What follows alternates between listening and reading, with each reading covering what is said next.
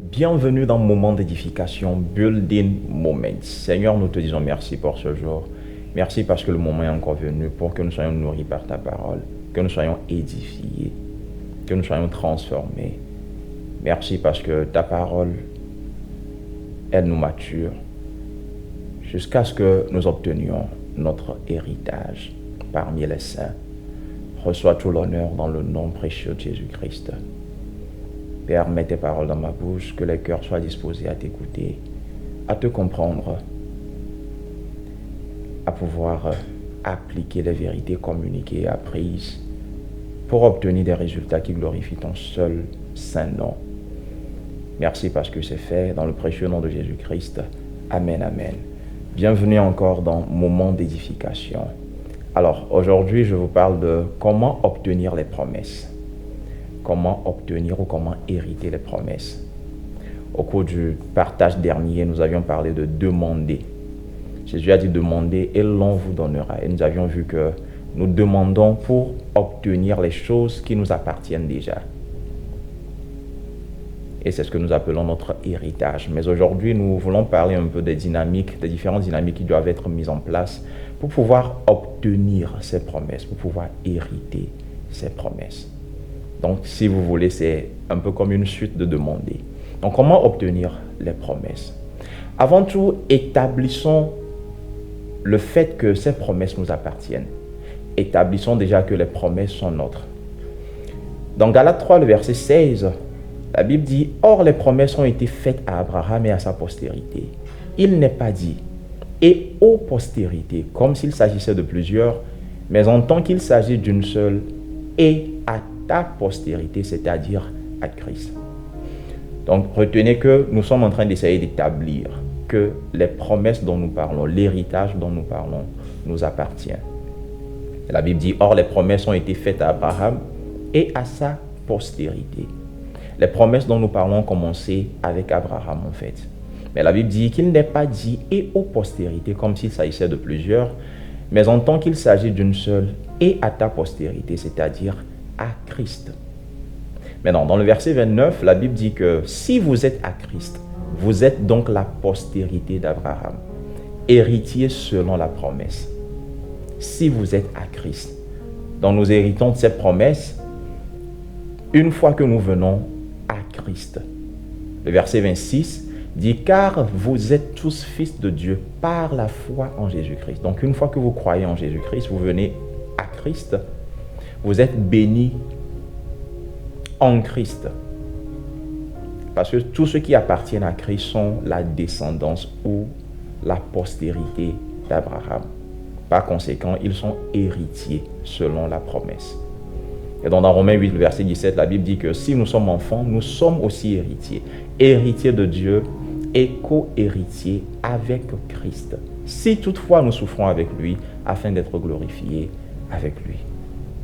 Vous voyez, lorsque Dieu faisait cette promesse à Abraham, Dieu a dit à Abraham qu'il deviendra le père des nations. Dieu a dit que toutes les nations de la terre seront bénies en lui. Et donc lorsque vous lisez Psaume 2, où Dieu dit « Demande-moi, je te donnerai des nations », vous comprenez que l'héritage dont nous parlons ici, ce sont les nations. Les nations. C'est pour cela que nous demandons les nations. Nous demandons à ce que Dieu nous donne la capacité de pouvoir révéler sa gloire à toutes les nations de la terre. Nous cherchons à impacter les nations de la terre. Et donc nous demandons à Dieu de nous donner les nations. Parce que vous voyez, nous ne parlons pas simplement des choses mondaines. Écoutez, il y a une place pour ces choses, mais nous parlons beaucoup plus du royaume. Nous parlons beaucoup plus du royaume. Et nous sommes appelés à toucher les nations. Nous sommes la lumière du monde. Et donc seuls ceux qui parlent un langage ou le langage du royaume vont mieux comprendre ce dont nous sommes en train de parler aujourd'hui. Donc comment obtenir les promesses? Comment hériter les promesses? Et donc, déjà, nous venons d'établir que ces promesses nous appartiennent. La seconde chose que nous allons faire avant de commencer par parler de comment obtenir les promesses, c'est de voir à quel point ces promesses sont dépendantes. À quel point est-ce que ces promesses sont dépendantes? Lorsque vous lisez Hébreux 6, à partir du verset 16, la Bible dit « Or les hommes jurent par celui qui est plus grand qu'eux, et le serment est une garantie qui met fin à leurs différends. » Verset 17, « C'est pourquoi Dieu, voulant montrer avec plus d'évidence. » Qu'est-ce qui fait notre assurance? Qu'est-ce qui nous rassure que ces promesses nous appartiennent et que nous pouvons les obtenir? Nous pouvons marcher dans la réalité de ces promesses. La Bible dit que Dieu voulant montrer avec plus d'évidence, donc il y avait déjà une évidence, mais il a voulu que nous ayons plus d'évidence. Dieu voulant montrer avec plus d'évidence aux héritiers de la promesse. Rappelez-vous, nous venons de le voir, les héritiers de la promesse sont la descendance ou la postérité d'Abraham. La postérité d'Abraham, c'est ceux qui appartiennent à Christ. Donc, voulant montrer avec plus d'évidence aux héritiers de la promesse l'immutabilité de sa résolution, intervint par un serment. Donc, en plus de la promesse, lui a ajouté un serment. Ces deux choses constituent l'alliance. Et la Bible dit, afin que par deux choses immuables, c'est-à-dire la promesse et le serment, dans lesquelles il est impossible que Dieu mente. Il est impossible que Dieu mente. Donc, la Bible dit, Dieu, voulant montrer avec plus d'évidence aux héritiers de la promesse l'immutabilité de sa résolution, intervint par un serment. Afin que par deux choses immuables, dans lesquelles il est impossible que Dieu mente, nous trouvions un puissant encouragement, nous dont le seul refuge a été de saisir l'espérance qui nous était proposée. Verset 19, cette espérance, nous la possédons comme une ancre de l'âme, sûre et solide. Elle pénètre au-delà du voile, là où Jésus est entré pour nous comme précurseur, ayant été fait souverain sacrificateur pour toujours, selon l'ordre de Melchisédek. Et lorsque vous lisez Hébreux 8, le verset 6, la Bible dit que maintenant, c'est-à-dire Christ, a obtenu un ministère d'autant supérieur qu'il est le médiateur d'une alliance plus excellente. Voilà notre assurance. Christ est devenu pour nous le médiateur d'une alliance plus excellente qui a été établie sur de meilleures promesses. Sur de meilleures promesses. Et donc, est-ce que ces promesses sont dépendantes? Absolument. Parce qu'elles reposent sur une alliance. Elles reposent sur une alliance qui est plus excellente. Et le médiateur de cette alliance, c'est Christ Jésus, celui qui est le même hier, aujourd'hui et éternellement. Et par ces deux choses, la promesse et le serment, il est impossible que Dieu mente. Il est impossible que Dieu mente. Rapidement, la troisième chose que nous voyons avant de parler de comment obtenir les promesses, quelle est la nature de ces promesses dont nous parlons, l'héritage dont nous parlons? De quelle nature sont ces promesses? Ces promesses sont de nature spirituelle, divine et céleste. La Bible dit dans Éphésiens 1, verset 3, « Béni soit Dieu, le Père de notre Seigneur Jésus-Christ, qui nous a bénis de toutes sortes de bénédictions spirituelles dans les lieux célestes en Christ. » Ces promesses sont de nature spirituelle, ces promesses sont de nature divine, ces promesses sont de nature céleste. Dans 2 Pierre 1, le verset 3, il dit « Comme sa divine puissance nous a donné tout ce qui contribue à la vie et la piété. » Sa divine puissance nous a donné tout ce qui contribue à la vie et à la piété au moyen de la connaissance de celui qui nous a appelés par sa propre gloire et par sa vertu. Verset 4, lesquels nous assurent de sa part les plus grandes et les plus précieuses promesses, afin que par elles vous deveniez participants de la nature divine. Vous voyez, les promesses dont nous parlons, l'héritage dont nous parlons, c'est un héritage spirituel, c'est un héritage divin, c'est un héritage céleste. Et donc la Bible dit, comme sa divine puissance nous a donné tout ce qui contribue à la vie et à la piété, au moyen de la connaissance de celui qui nous a appelés par sa propre gloire et par sa vertu, lesquels nous assurent de sa part les plus grandes et les plus précieuses promesses, afin que par elles vous deveniez participants de la nature divine, en fuyant la corruption qui existe dans le monde par la convoitise. Et donc, comme je l'ai déjà dit, ces promesses sont de nature spirituelle et divine. C'est bien pour cela que nous avons besoin d'un système de transaction qui soit capable d'interagir avec le spirituel. Un système de transaction qui nous permet de contacter le spirituel, qui nous permet de contacter le céleste, qui nous permet de contacter le divin. Et ce système de transaction, c'est la foi. Et il se trouve que la foi est le premier élément pour obtenir les promesses. Et donc maintenant, nous parlons de comment obtenir ces promesses. Nous venons de parler un peu de ces promesses. Maintenant, comment obtenir ces promesses? Lorsque vous lisez votre Bible dans Hébreux 6 et le verset 12, la Bible dit « En sorte que vous ne vous relâchiez point et que vous imitiez ceux qui par la foi et la persévérance héritent les promesses. » Ils héritent les promesses comment? Par la foi, par la persévérance.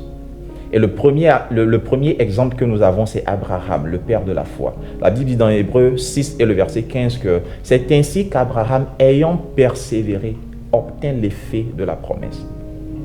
Rappelez-vous que la Bible a dit qu'Abraham a cru.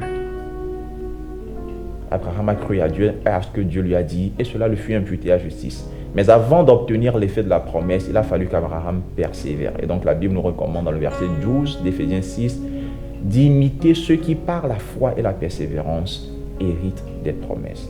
Donc comment est-ce que vous héritez les promesses?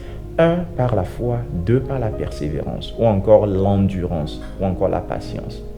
Mais vous voyez, il y a un troisième élément qui s'ajoute, que le Seigneur m'a révélé récemment, que je voudrais partager avec vous. Le troisième élément qui s'ajoute à ces deux éléments, c'est l'amour. L'amour.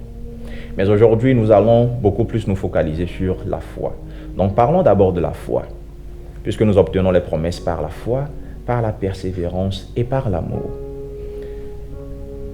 Qu'est-ce que c'est que la foi? La foi, je la définis ainsi. Bien sûr, en me basant sur la définition de la Bible, je définis la foi comme cette confiance ou cette conviction absolue de votre espérance qui est basée sur l'intégrité et la capacité de Dieu à accomplir ce qu'il a promis, suivi des actions correspondantes. La foi, c'est une confiance, une conviction absolue de votre espérance qui est basée sur l'intégrité et la capacité de Dieu à pouvoir accomplir ce qu'il vous a promis, ce qu'il vous a dit, suivi des actions correspondantes. Parce que vous voyez, la foi sans les œuvres est une foi morte. Et donc votre espérance est d'abord fondée sur la personne de Dieu et ensuite sur ses promesses. Ce qui implique qu'il faut connaître Dieu, 1. 2, il faut connaître ses promesses. Vous voyez, la Bible dit que la foi vient de ce que vous entendez, de la parole de Dieu. Et donc la foi est basée sur ce que Dieu a dit. Donc connaître la parole et les voies de Dieu est très vital en ce qui concerne le sujet de la foi. La foi, c'est un peu comme la monnaie de transaction et la plateforme d'interactivité entre le divin et l'humain, entre Dieu et l'homme. Et donc la Bible dit dans Hébreux 11, le verset 6, « Or, sans la foi, il est impossible de lui être agréable. » Il est impossible d'être agréable à Dieu sans la foi. Il dit, « Car il faut que celui qui s'approche de Dieu croit que Dieu existe. » Vous voyez, la foi vous emmène vers Dieu en premier. Avant de parler de l'obtention des promesses, il faut que celui qui s'approche de Dieu croit que Dieu existe et qu'il est le rémunérateur de ceux qui le cherchent. La foi vous amène à Dieu en premier avant de vous amener à l'obtention des promesses, comme je viens de le dire.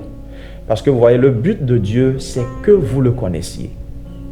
Le but de Dieu, c'est que vous le connaissiez. Le connaître est la clé pour obtenir les choses qui contribuent à la vie et à la piété. Vous vous rappelez de 2 Pierre 1,3 que nous avions lu tantôt? Connaître Dieu est la clé pour obtenir les choses qui contribuent à la vie et à la piété. Thank you, Jesus. Est-ce que tu peux prier par l'Esprit pendant quelques secondes?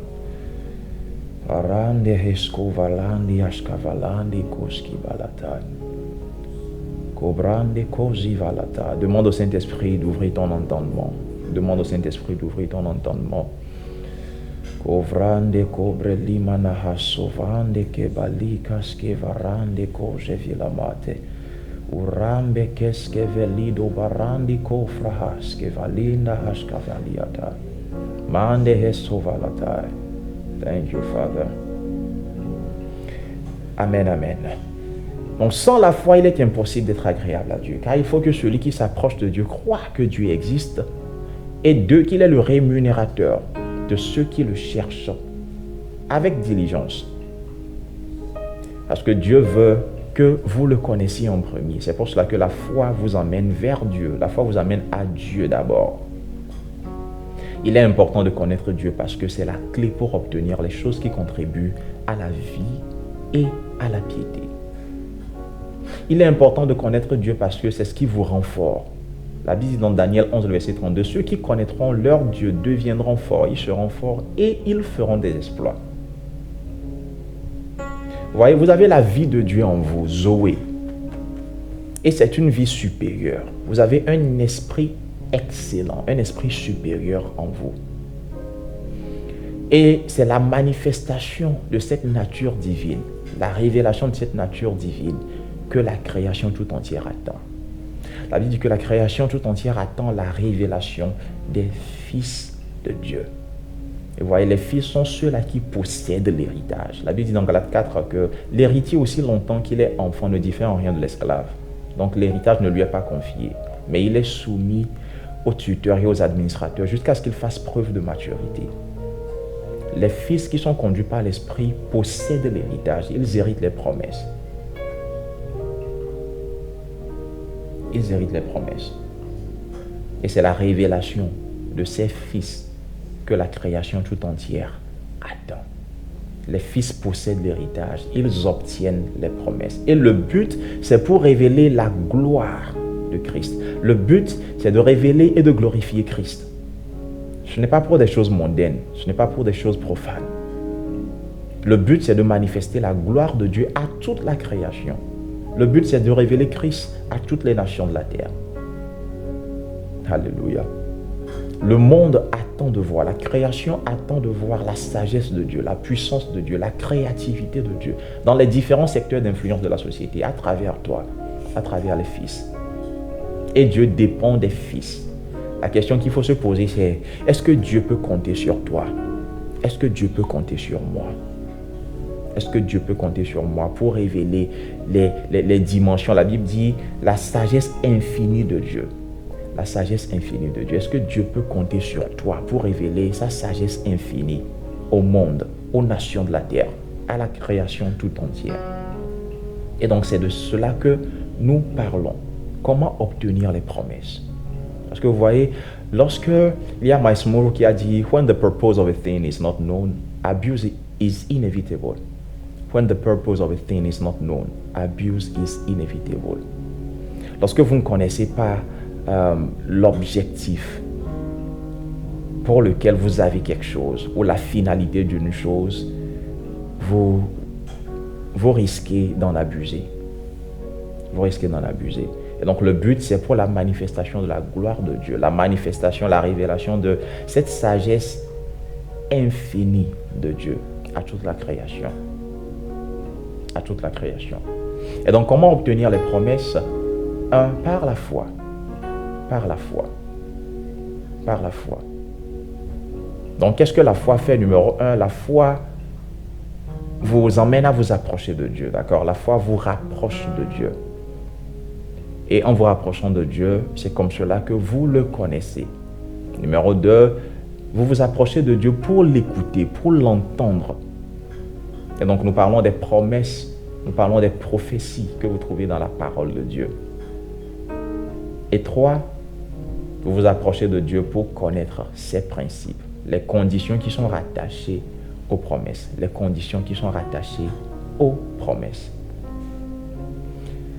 L'apôtre Joshua Selman dira « Faith is in one word, obedience ».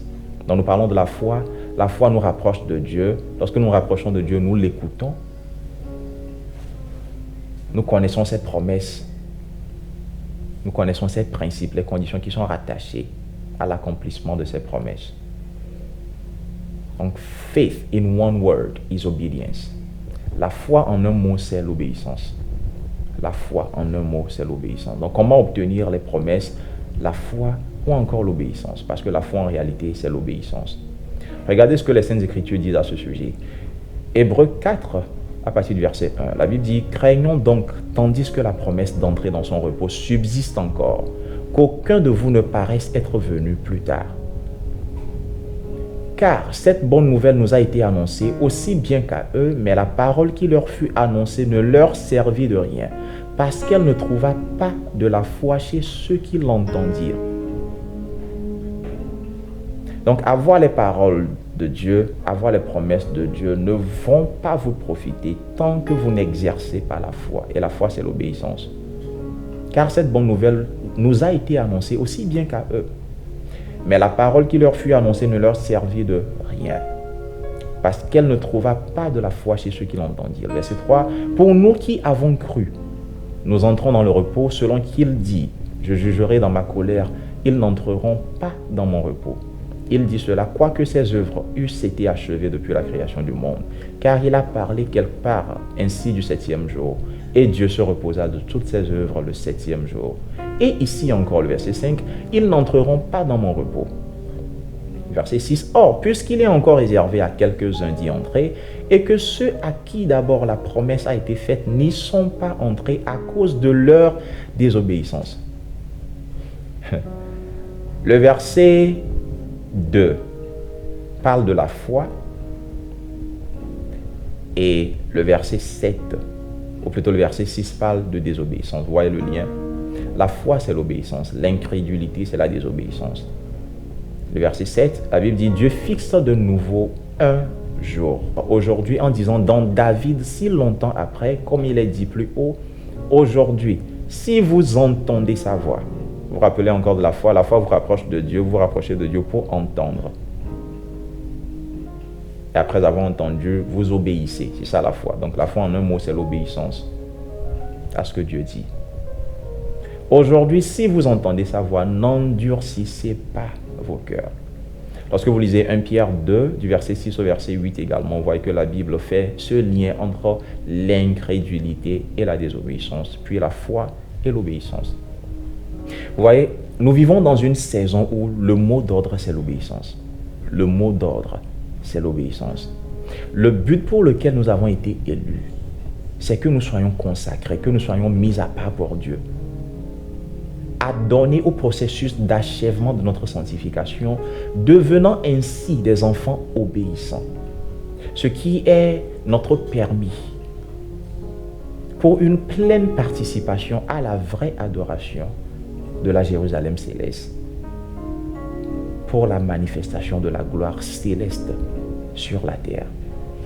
C'est comme cela que je résume par l'esprit 1 Pierre 1 du verset 1 au verset 2. Le but pour lequel nous avons été élus, c'est que nous soyons consacrés, mis à part pour Dieu, adonnés au processus d'achèvement de notre sanctification, devenant ainsi des enfants obéissants, ce qui est notre permis pour une pleine participation à la vraie adoration de la Jérusalem céleste, dans le but de manifester la gloire de Dieu sur la terre. C'est pour cette finalité que cette saison, c'est une saison de temps de rafraîchissement. C'est une saison de temps. C'est une saison de temps de rafraîchissement qui viennent de la présence de Dieu. Et cela commence par l'odeur de l'eau. Lorsque vous lisez Job 14, le verset 7 au verset 9, vous allez trouver ces détails-là. L'odeur de l'eau. Mais vous voyez, l'odeur de l'eau annonce en réalité la pluie. L'odeur de l'eau annonce la pluie. Donc après l'odeur de l'eau viendra le déversement de la pluie des cieux. Comme la Bible le dit dans Joël 2, le verset 23. Et la pluie dans Ésaïe 55 du verset 10 au verset 13 est assimilée à la parole de Dieu que Dieu envoie, la parole qui sort de la bouche de Dieu. L'homme ne vivra pas de pain, l'homme ne vivra pas de pain seulement, mais de toute parole qui sort de la bouche de l'Éternel. Et donc, nous sommes dans une saison de rafraîchissement qui vient de la présence de Dieu. Mais cela vient à l'odeur de l'eau. Et l'odeur de l'eau annonce en réalité le déversement de la pluie du ciel. Mais cette pluie est assimilée dans Ésaïe 55 à la parole de Dieu qui sort de la bouche de l'Éternel.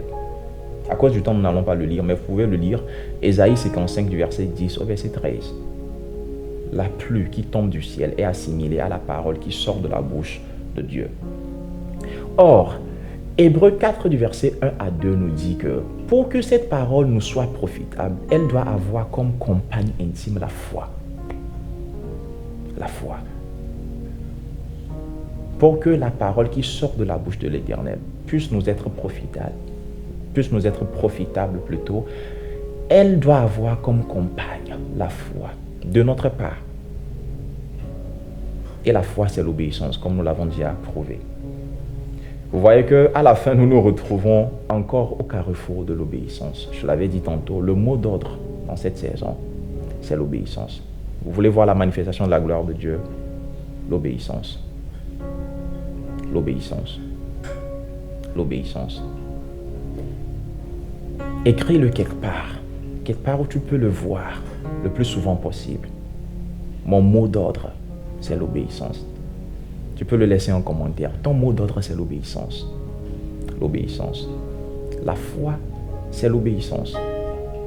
Maintenant, il est très important de noter que pendant que vous mettez votre foi en action, pendant que vous faites preuve d'obéissance, votre foi va être testée. Votre obéissance va être testée. Votre foi sera éprouvée. Et c'est là que vous aurez besoin du second élément pour obtenir les promesses. Et ce second élément, c'est la persévérance ou encore l'endurance. La persévérance. La persévérance. Mais comme je l'avais dit au début, aujourd'hui, nous allons juste nous concentrer sur la foi. Nous allons parler de la persévérance au cours du partage prochain. Mais aujourd'hui, nous parlons de la foi. Donc la foi, en un mot, c'est l'obéissance. Et c'est le premier élément pour obtenir les promesses, pour hériter les promesses. La foi, l'obéissance. La foi, l'obéissance. La création tout entière attend avec un ardent désir la révélation des fils de Dieu qui obtiennent les promesses, qui prennent possession de leur héritage et qui sont en mesure de représenter leur Père dans les différents secteurs d'influence de la société. Le premier élément pour obtenir ces promesses, le premier élément pour hériter les promesses, c'est la foi ou encore l'obéissance. L'obéissance. L'obéissance. Alors, avant de vous laisser, est-ce que nous pouvons prier ensemble par l'Esprit? Parce que vous voyez, la Bible dit que la foi vient de ce que vous entendez. Mais vous êtes édifiés, vous vous édifiez sur cette foi en priant par le Saint-Esprit. Jude le verset 20. La foi vient de ce que vous entendez, mais vous vous édifiez sur cette foi en priant par le Saint-Esprit. Parahandi ko simande ko vratai la bande. Osamandi ko brahaski valate. Édifie-toi sur ce que tu viens d'entendre. En priant par le Saint-Esprit, en priant en langue. Irande ko vratiga barandi ko zibalandi ko ba. Thank you, Jesus. Elamandi ko jedivarandi ko brahaskova. Dis à Dieu, j'obtiens la grâce de marcher dans la foi. J'obtiens la grâce de marcher dans l'obéissance afin d'obtenir les promesses qui sont miennes pour pouvoir manifester ta gloire aux nations de la terre, pour pouvoir manifester ta gloire à la création tout entière. Irande ko jedi barandi akobalate. Iskomande ko vratelli gabarande ko prateskovai. Illa ko jedeberandi ko zevelina mande. Irada balate ko zigabarandi atelibai. Esovayandi ko braliga zalandi ko brahaskevai. Édifiez-vous sur votre très sainte foi en priant par le Saint-Esprit. Baradiga zalandi ateliga barahase. Ilambe ko jediga varande. Imande ko prateze vila mandi ko bratezo valate. Ila qua jena mandi ko pralia zavarate. Ila barandi asko velena mandi ko vrahaskevai. Ele ko brande ko jedi barante. Iso velina mandi ko valahasivai. Merci Seigneur. Père, nous te disons merci pour ce moment passé dans ta présence. Merci parce que tu nous as édifiés par ta parole. Père, nous demandons la grâce de pouvoir marcher dans la foi de pouvoir marcher dans l'obéissance, pour hériter les promesses et pour pouvoir manifester ta gloire dans les différents secteurs d'influence de la société, jusqu'à ce que tous les royaumes de ce monde deviennent les royaumes de notre Dieu et de son Christ, dans le précieux nom de Jésus-Christ. Amen, amen. Que Dieu vous bénisse. C'était Building Moment, moment d'édification, et je crois que vous avez été édifiés. Demeurez bénis.